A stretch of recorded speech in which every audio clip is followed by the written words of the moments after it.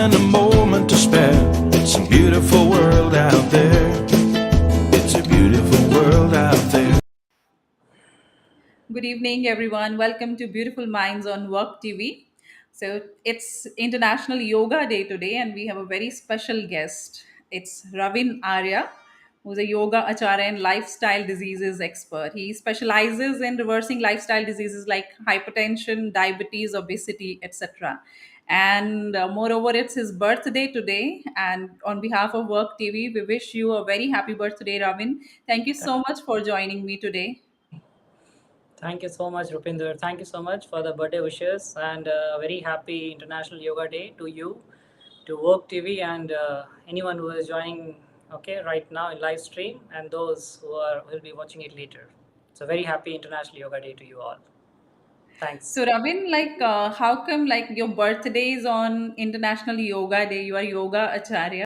Like, you knew already that it's going to be International Yoga Day once in the future when you were young. So it's all, yeah, thanks to my mother to, yeah, bring me into this world on this auspicious day.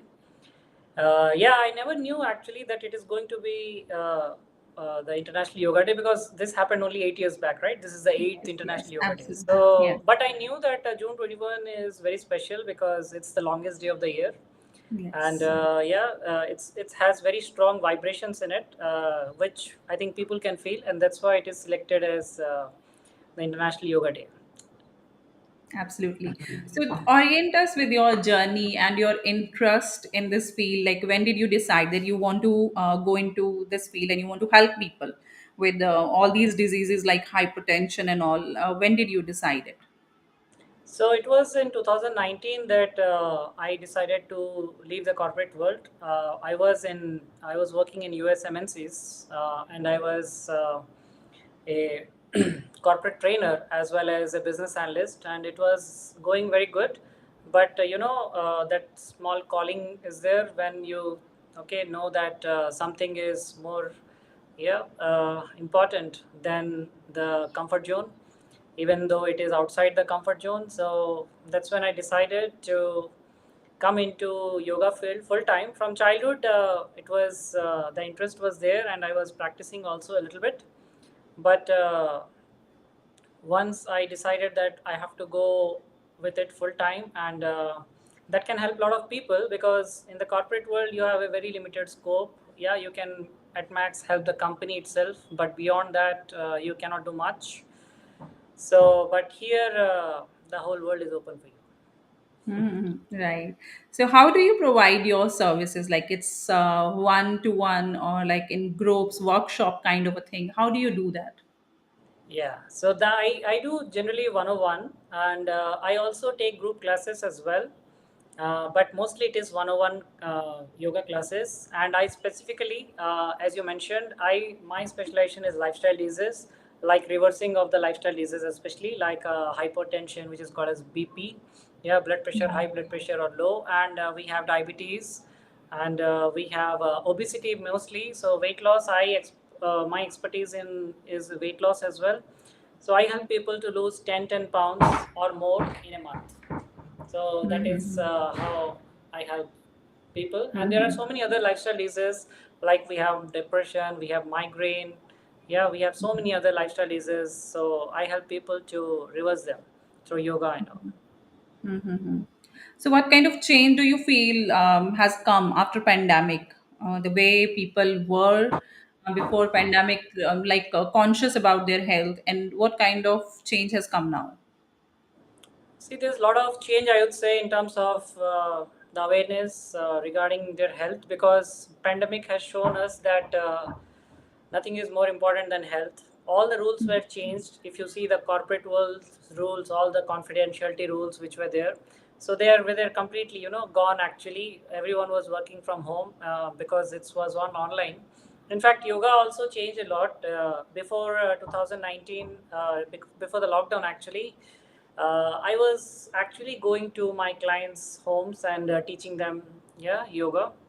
But once the lockdown started, uh, we started teaching it online, and after almost 2.5 years of teaching online, after this pandemic and all. So I can say that it is 95 to 99% effective, as good as offline.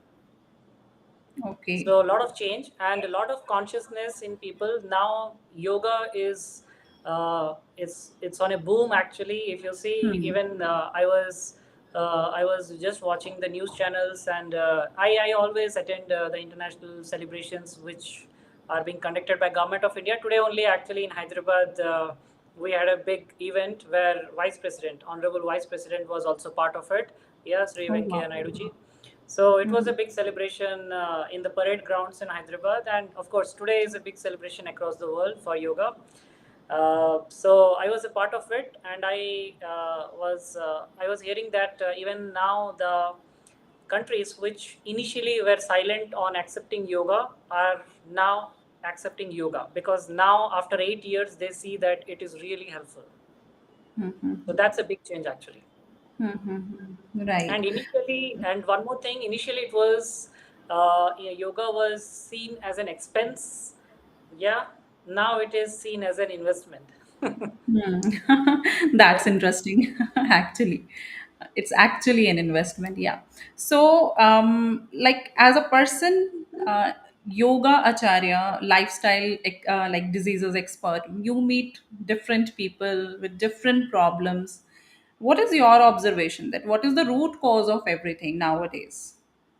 See, that's a very good question, I would say, Rupinder. So, the very word is the answer actually. Lifestyle disease. So, once we, reset our lifestyle, the lifestyle diseases or the so-called lifestyle diseases, okay, even though I don't consider them, most of them as diseases, they are actually symptoms, actually, not diseases. And there's a huge difference. Yeah. So, for Okay. example, someone is having more weight, let's say 10 kilograms or 10 pounds extra. So it's not a disease, by the way. Yeah, it's termed as a disease. Obesity is okay. It's termed as a disease. Personally, I don't see it as a disease. It's just a symptom of wrong lifestyle, or to some extent genetics as well. But mostly it is because of lifestyle. And even if someone carries, fat genes, or fat mother, fat father, and let's say fat, Yes. so still with and there are so many examples across the world where people have actually reset their bodies and tone their bodies and all, even if they inherited something else.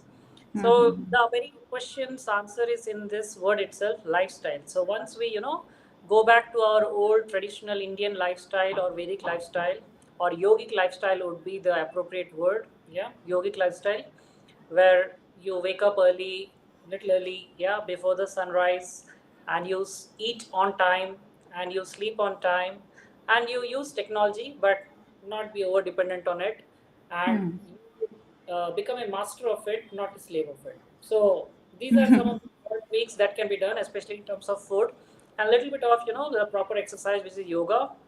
And if not yoga, any other exercise is also fine. Gym exercise is also good, and playing sports like shuttle or anything, swimming, anything is good as long as you keep on moving the body.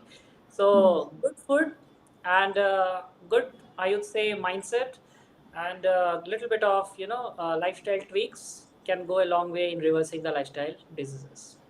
Mm-hmm. So I have a very like one funny question for you.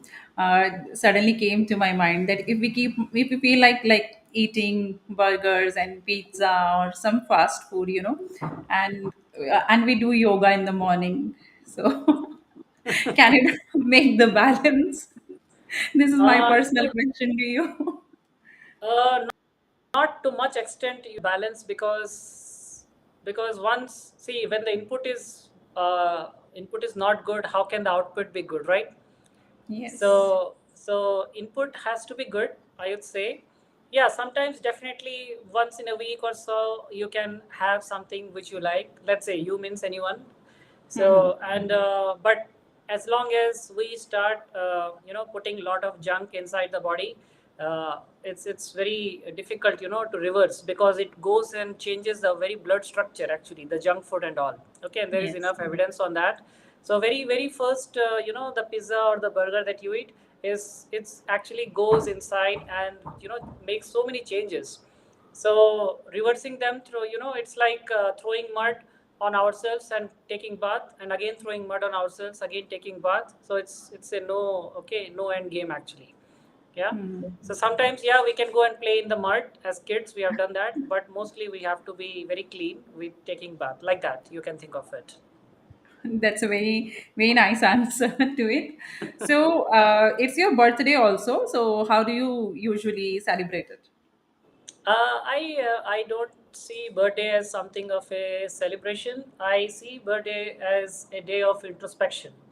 So I don't buy new clothes. Generally, people do that. Yeah. So I don't buy it. I just try to go uh, little bit into the back and see what I'm doing, and whether I'm useful to the people around me, or the people who are directly connected with me through yoga, or through anything like friends and relations and all.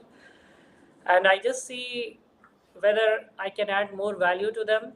And generally I do introspection on this day, and I see like how can I be better in the next 1 year. Okay, so I do spend time like that, very simple, not any big parties or okay all this hangamas and all. I keep it very simple. That's great. So, as an expert into these lifestyle problems which people usually face, so what are your suggestions? If I ask you to give like 5 to 6 suggestions, what would you tell them to bring into their lifestyle, means on daily routine? Okay, yeah. So this is quite simple, but not that easy to execute on a day-to-day basis. But still, since you've asked it, I'll definitely give you some very valuable suggestions. So the first things first, we have to wake up little early. That simple thing is going to reset a lot of things in the health area. So waking up before sunrise, as our mothers do, and before that our grandmas and all, so they were very super intelligent, I would say. Okay, they knew stuff which we never knew, in spite of all this, advanced education and all. So waking up before sunrise itself is very very good. So you have to just check your sunrise, okay, wherever you are, whichever part you are in. You have to see that you wake up at least couple of minutes before sunrise, and then you have to drink, the warm water first thing in the morning without brushing your teeth, and that is very very good. And after that, once you freshen up and all, after that you have to eat a good breakfast, mostly of natural, I would say, food, preferably fruits. And then as part of the lunch, we should be a little bit of inclined towards salads as well. And then we should be eating foods which have very less salt quantity and very less oil, and that too natural oil. And in the evening, yeah, we can have something, snacks and all, like sprouts and all. And in the night, again, we have to eat little early, especially before 8 o'clock, because after 8 o'clock, the digestion power is very low. So the which we call as Jataragni in Sanskrit. So after eating after 8, and most of the people, at least in India, eat after 8. That I know very well. But in US, the trend is really good. The most of the people in US, especially all my clients and all, so they eat very early. And generally also in US they eat very early. So that's a good thing in US. So ideally you should be completing your dinner by 8, and you should not be eating your breakfast before 8. So it's a 12-hour gap, so intermittent fasting. And you should be ideally sleeping at around 11 max. But okay, because of the gadgets and all, sometimes we sleep little early, little late, sorry.